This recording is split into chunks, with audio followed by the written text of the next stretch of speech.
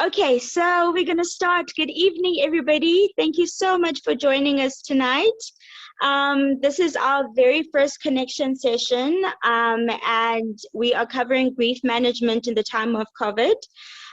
We thought that at the Order of the Red Dress, we thought that this was quite relevant and quite important, as a lot of us have gone through a lot of loss, whether it be a loved one or loss of income, you name it, a lot has been lost in this time. And we just thought it would be really amazing to have an opportunity to be in the same space and get equipped with some strategies, with some coping mechanisms and coping strategies as well, in terms of the grieving process that we might all be going through.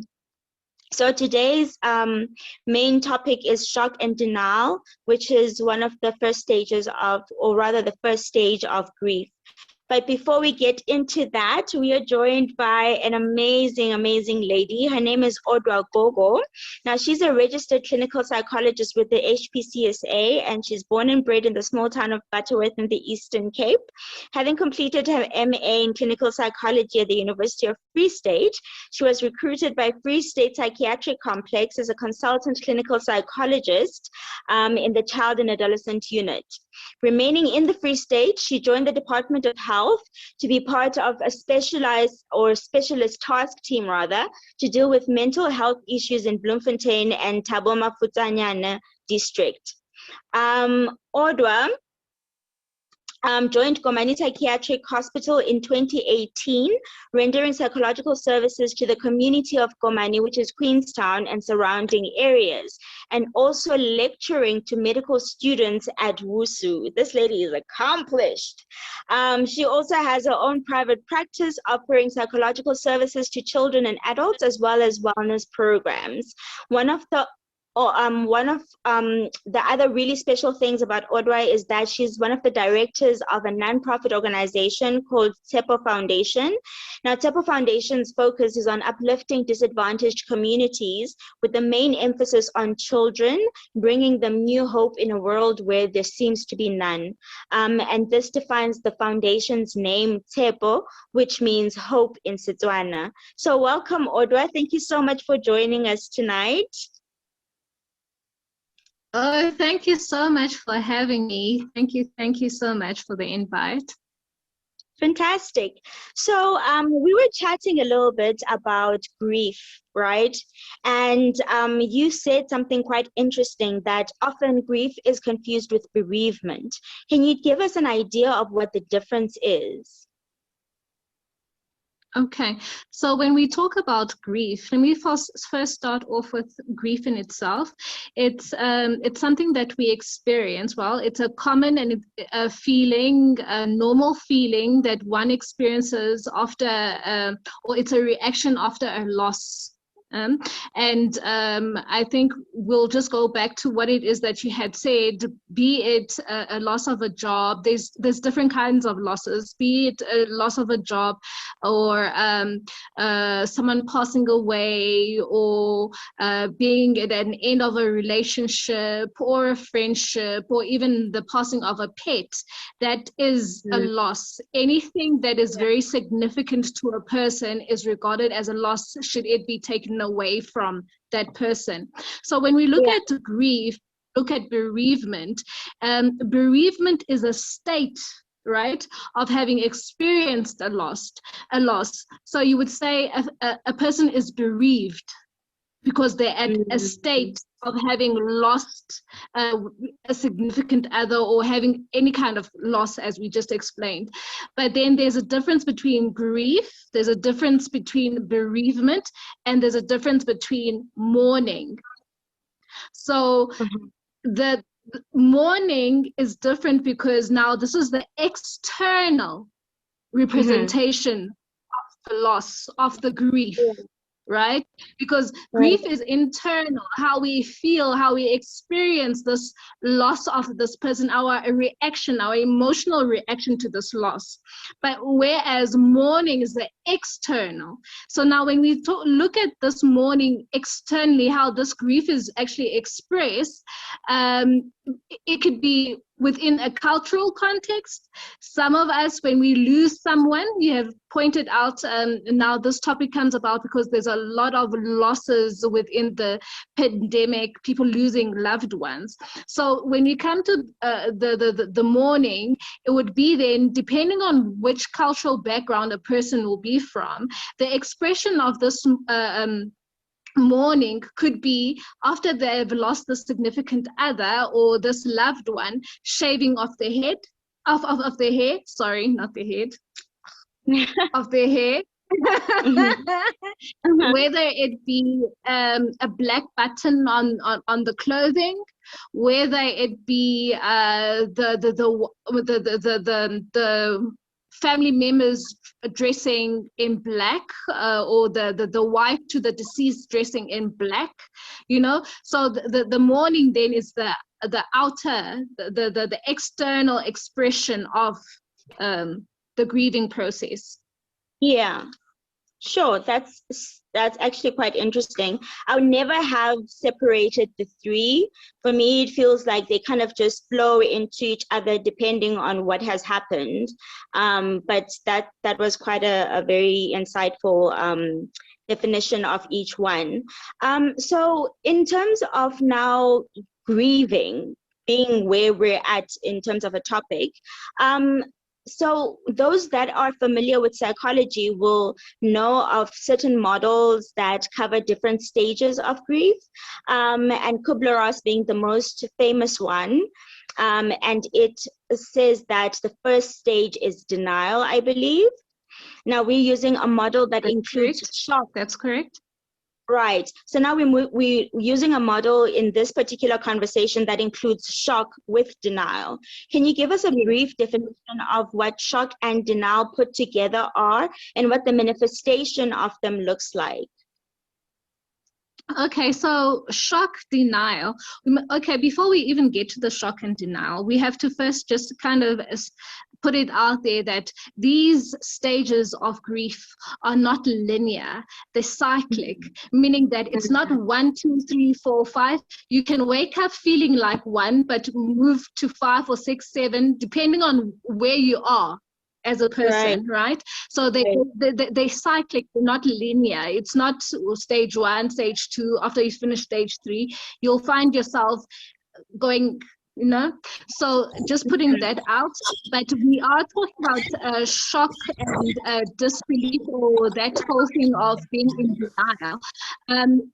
And also, I just wanted to touch on, Buds, that this stage is very important in the sense that we must remember, when it comes to a person being a being holistically, what you think goes hand in hand with how you feel. How you feel goes hand in hand with your whole body, right? Everything is interrelated. So when you're in shock, you don't believe what they're telling you. People who will say to you, who and who has passed on, maybe your reaction is you laughing and you're like, you're kidding me. It can't be. You're lying. I spoke to this person like yesterday or a few hours ago, you know? Or people kind of create within their minds that this is not the reality of what is. There must be maybe fibbing, or there must be a mistake somewhere. So that shock then, and this disbelief comes with numbness, right? You don't know how to feel, right? And when I explained to you right now that what we think goes hand in hand with how I feel, right?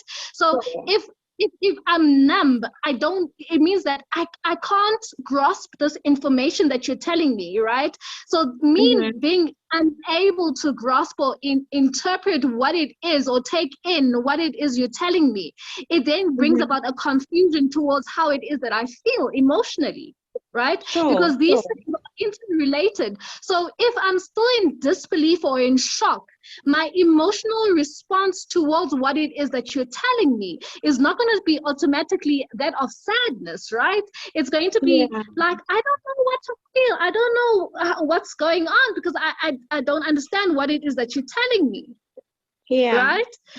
Right. You become numb. You don't know what to feel. You don't know what's going on. You're in disbelief. You just numb. You know, this information that you've received, you're unable to intellectually, cognitively take in. Yeah. So that comes with that feeling of emotionally you're paralyzed. You don't know what to feel. So right. now it's a matter of, I've been told this, but I don't know. And within that shock and disbelief, it does happen sometimes react inappropriately. You tell me who and who passed on, I start laughing. And it's not necessarily because of what it is that you're saying to me, but I can't conceptualize what you're saying. And it brings about this inappropriate response because my mind has not actually grasped in order for it to interrelate with my emotions, for me to then for them to be in sync. You know, and then if my emotions and my mind are not communicating with each other physically, there's going to be a discord as well. Yeah, sure. So now you've touched on a lot actually of questions that were following the definition of shock and denial. What I'm really interested in is also what other emotions can come into play when you're going through the shock and the denial phase, like things like anxiety, that kind of thing. It depends now. When it comes to the shock and denial, the anxiety can creep in. This anxiety, being anxious of what lies ahead, right? Especially the anxiety comes in situations where the death was unexpected. The person was here today, healthy, nothing wrong with him or her.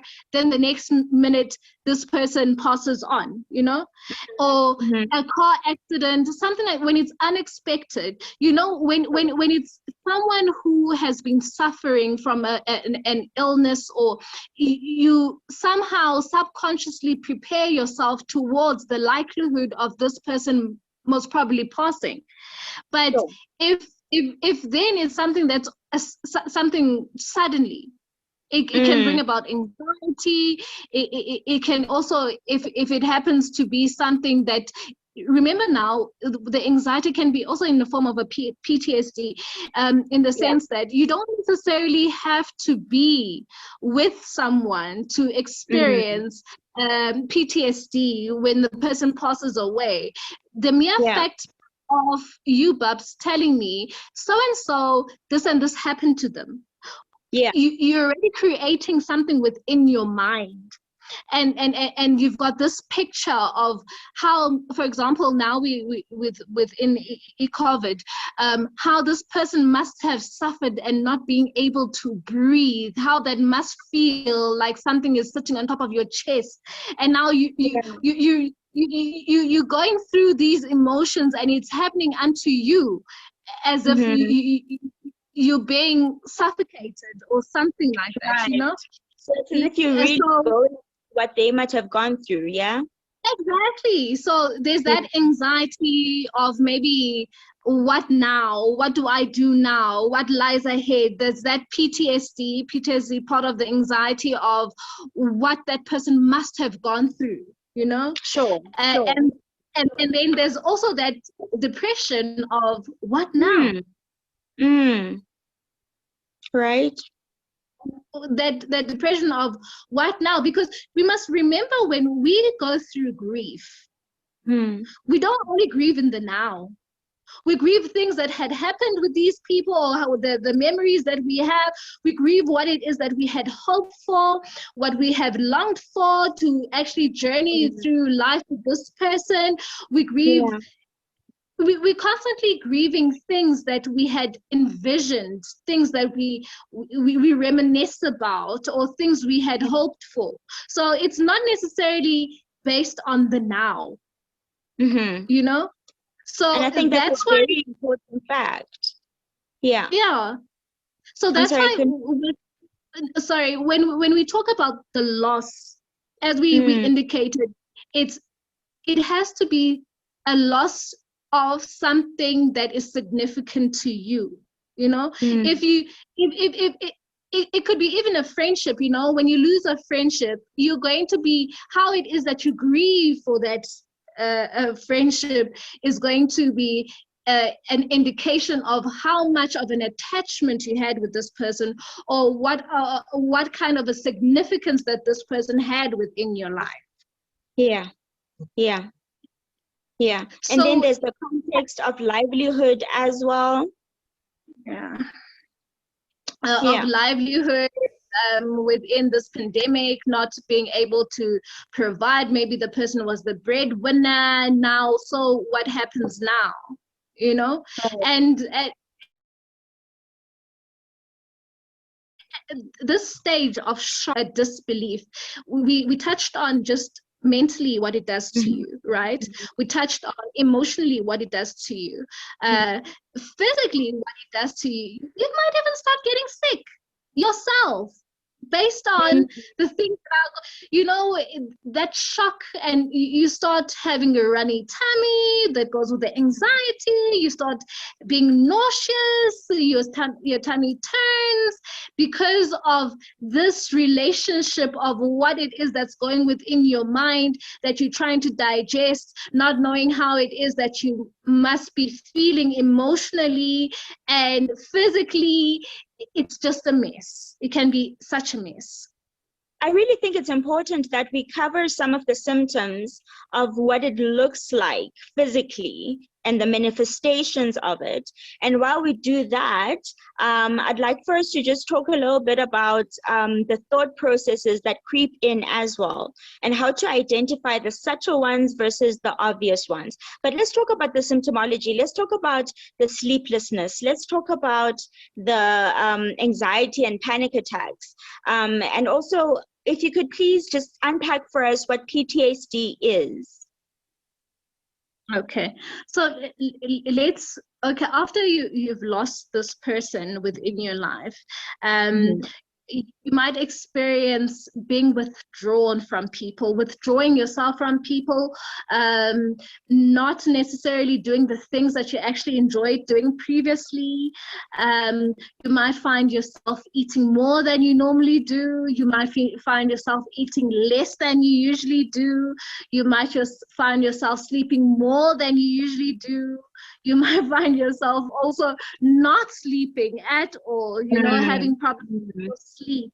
So everyone is unique, everyone presents differently, but these are the obvious things that one then picks up. The person that is excluding themselves from everything or is to themselves, a person who doesn't want to hear noise or people talking or laughing, a person who doesn't converse as much, a person who just is different from how they normally would be, you know? And the sleep is the easiest to identify, because if you have issues with your sleeping pattern, it means that during the day, there are people who are able to distract you away from most probably thinking about certain things when it comes to your loss, right? Be it work, be engaging with other people. But when you are then within yourself, right, everything is quiet. There's no distraction, there's no one talking to you, quiet. And that moment when it's time to sleep, everything comes flooding. Sure. So your mind is constantly flooded with thoughts of this person, flooded with thoughts of maybe what is to come, or what it is that this person had said. Sometimes we must also not forget another thing that comes. It might be guilt. Right? You're unable to sleep because you didn't say I love you. You didn't. You had this fight with this person, or you sometimes, and this is something that happens within children most of the time, you fight with your parent and say, oh, I wished you were not around, and then one day it happens, and then it's like, I was the one who caused this person not to be here because I wish they were not, because of that certain. So you're thinking of so many things. Things are just, flooding your mind. So those are the physical symptoms. And I just touched on the thought processes of I should have, I could have, I ought to have done 1, 2, 3, 4, 5, 6. Maybe I didn't optimize on this time and this and this and this. So these are the things you keep playing in your mind. And what if I did this? For example, if someone had complained of I'm having difficulty breathing, or I'm coughing a lot, or sometimes I feel like I'm sweating, and this person had shared this with you, then you already thinking, I should have suggested that this person consult, I should have done this. So there's a lot of should has, ought to have, and if only I could have, and that kind of thinking, and especially when it comes to the elder people, then it's when someone is your companion and you've lived with this person for a very long time, and you cannot imagine life without this person, to a point where you feel like God can also take me too. Yeah. Because I can't bear to be without this person. Right? Yeah. So I don't know if I should jump already to the post-traumatic stress disorder. Okay. Yeah, sure. Let's go there. Okay. So the PTSD is the post-traumatic stress disorder. This comes about after a traumatic event has happened. A traumatic event does not necessarily, as I explained previously, have to be happening unto you. It can happen to someone else. You could be a person who witnesses it, or you don't really also have to witness it. But it could be also after this person has passed, the trauma that comes with. Sure. And not necessarily only having to be the process of going through the send off, the burial, the funeral. It could be the transition of life after it's passed, and just the thoughts, the overwhelming thoughts of, how is life going to, and remember now, I can be hypervigilant. Every now and then I'm turning my head because I'm thinking I'm hearing his footsteps or her footsteps. Or I can be thinking that I just saw this person just pass before me, or I can smell this person, or this person is just, so sometimes it might be that, yes, I know this person has passed, but I just passed this room and this room smells like this person, and it takes me back as if I'm reliving the whole thing of this person passing on, just the whole thing of, hey, this person is not around anymore. Yeah. It's quite surreal, isn't it? And I think sometimes we make the mistake of trivializing, especially the subtle signs, especially the subtle thought processes that, I'm feeling anxious today, or I'm feeling lonely today. And, you kind of put it off as, it will pass. It's okay. It's part of the process. What is the most important thing to start doing in terms of a coping strategy? Where do we begin? I think the acknowledgement of the loss. Acknowledge the loss.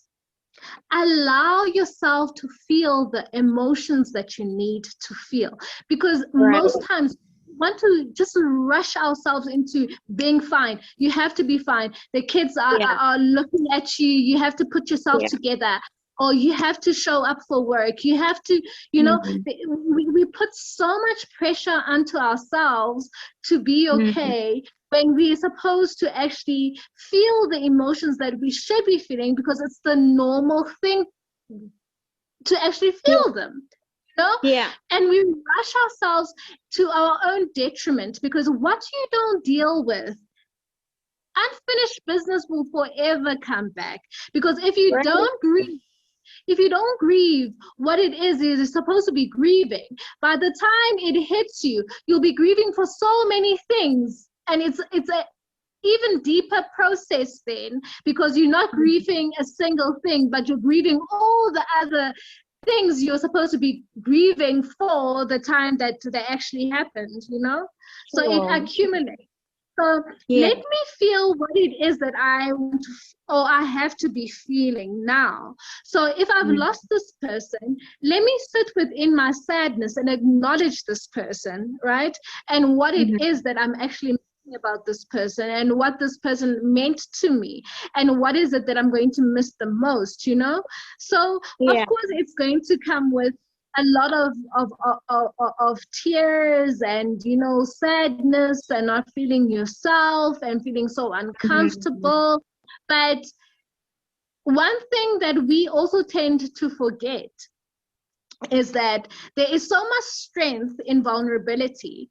If you allow yourself to be vulnerable and experience the emotions that you're supposed to be experiencing, then you also open up to positive emotions. So now when we try to be when we try to be strong and build this image and wall that no, everything is fine with me, we actually block ourselves from actually experiencing the positive things, because we're so guarded towards not feeling these negative emotions, you know. So allowing yourself to be vulnerable and understanding that vulnerability is strength, because if you open up to feeling bad about something, yes, someone else can come about, or something else can come about to inflict even more pain.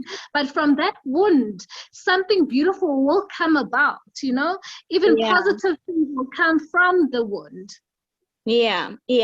I'm hearing that, and I think it's quite important to really let that resonate with us, that in vulnerability there's strength as well. And that when I love what you said, when you are allowing yourself to feel to the completion of feeling everything that you are feeling, you also allow goodness to come in. You also allow the purging, you know, it's the purging process that starts happening, right? And the refilling, because you can't fill a cup that's already full, right? So you do need to let that out. I love that. I love that. Definitely. And I think perhaps just to also touch on that, you know, the whole thing of if you allow, if you put up this guard and you don't experience this loss that you're supposed to be experiencing, and you know, when you lose someone, you cry a lot, you don't want to do anything, you just want to, you know, and then as time goes, people always say time is a healer. Time is not a healer. It's what you do within that time that heals you, right? So if I'm going to not experiencing the emotions that I'm supposed to be experiencing, I'm not actually going to get to a point where I'm healed. Because if I sit within my sadness and acknowledge the sadness and acknowledge the fact that I'm feeling bad at this current moment, I'm feeling sad and low, I'm able to go through the feelings.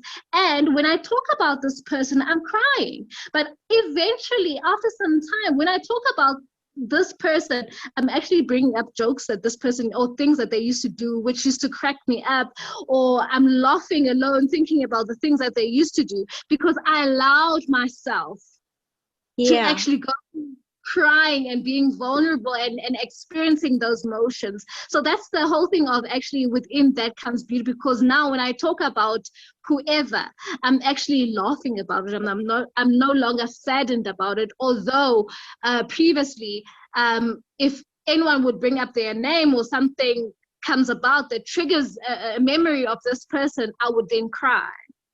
Yeah, yeah. Can we talk about that word trigger?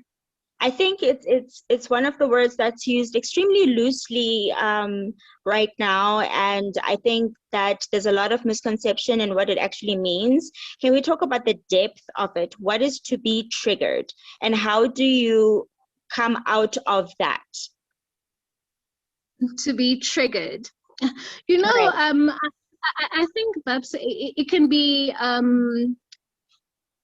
it can mean so many different things, but Right. most times, and I'm going to take it back to people, when someone triggers you, it means that it might be that they're projecting something on you, or it might be that there's unfinished business within you that you need to deal with, that Right. even if this person had done this, if I had resolved whatever inner things that are happening within me, I would not be triggered, right?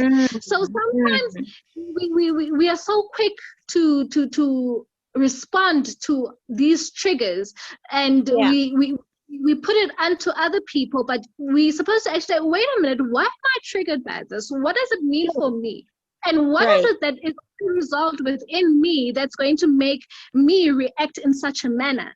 And most times, it's not that someone said something that is out of the ordinary, but you are triggered because there's something, this means something for you. There's a deeper meaning for it, for you. So when it, but when it comes to grief, though, when we talk about triggers, it can be events, you know, anniversary.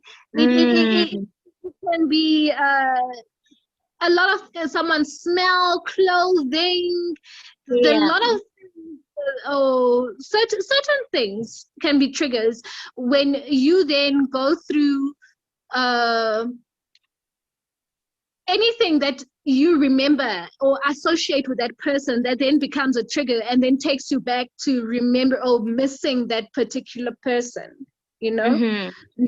So again, grief triggers are in that kind of context. Christmas, we usually used to do this together when Christmas comes, and you know you used to do this with your spouse. When it's the anniversary or birthdays, whatever it is that was significant that you used to do with this person can be a trigger. Yeah. Okay, so we've touched on one part of beginning in terms of the coping strategies, and we said that it's important to acknowledge. What comes after acknowledgement? You must acknowledge the loss of this person, and also you must be able to be okay to sit within your sadness, right? And have people around you who understand this loss, who know who it is that you have lost and what